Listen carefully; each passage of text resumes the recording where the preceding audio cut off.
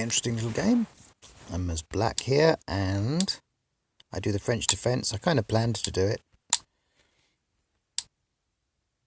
Watching out for this weak pawn on f7. And he goes for the fianchetto, so I go to... used to do this a lot. They go fianchetto, I fianchetto them right back. Just pins that knight for him.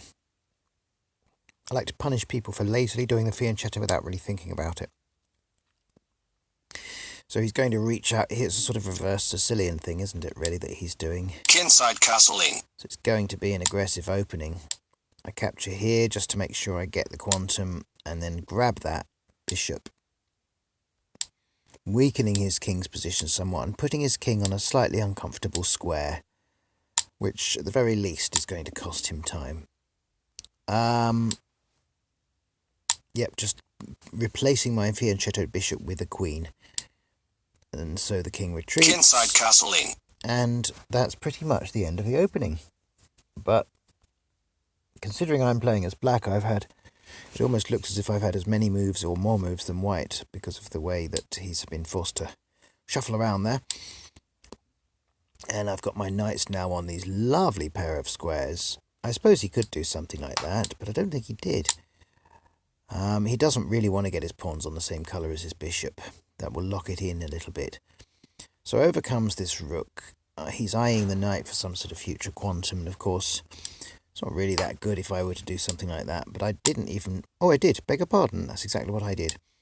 I attacked my queen and just came right back to the original fianchetto square because everything else... if you count 3 squares down from your opponent's knights and then make a sort of V shape, they're the squares you need to cover, and my pawns are doing that brilliantly. So that's why your bishop wants to be 3 squares ahead of their knights, because that locks them in perfectly. So he attacks this knight. Now, is he trying to force an exchange of knights? I do not know, but I think it's not a bad idea, because it makes his queen make a useless move. I'm sure she'd rather be moving onto light-coloured squares right now. And now this, just ready so that I can put my bishop on that g5 square if I want to, just to worry his queen and potentially make him move that pawn there and block everything in. But anyway, he continues with this. Not quite sure what he's got his eye on here, because of course I've always got that. But anyway, he's carrying on, and now I attack his queen here. Forces him to close up the hole, which I'm basically using my opponent's pawns for defence here. But I don't need to do anything about that just yet. I can still continue to attack his queen.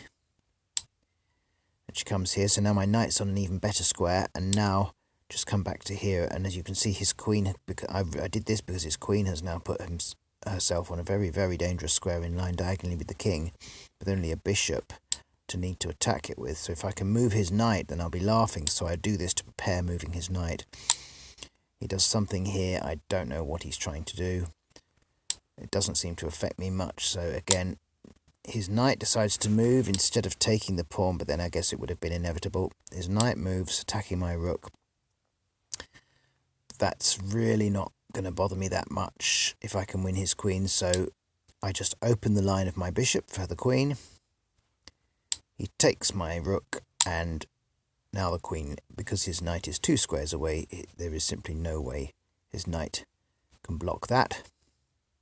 So in fact, I wanted his knight to take that rook. Unusual, the one of those rare occasions you want a knight to take a rook. He comes back to here. I don't even know if he's seen the queen attack. Check. And now I can continue attacking his rook as a way of opening things up, rather than try to attack his knight now, which is pointless because it's only going to flee. Although it would have limited squares to flee too, actually. If I had moved here, I don't think it can actually escape. But I'm not after the knight. What I'm after is checkmate. So I do this.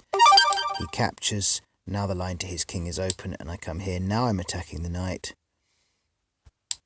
The knight goes here. And check here. And then absolutely beautiful checkmate with a knight. So there it is. Please take my rook.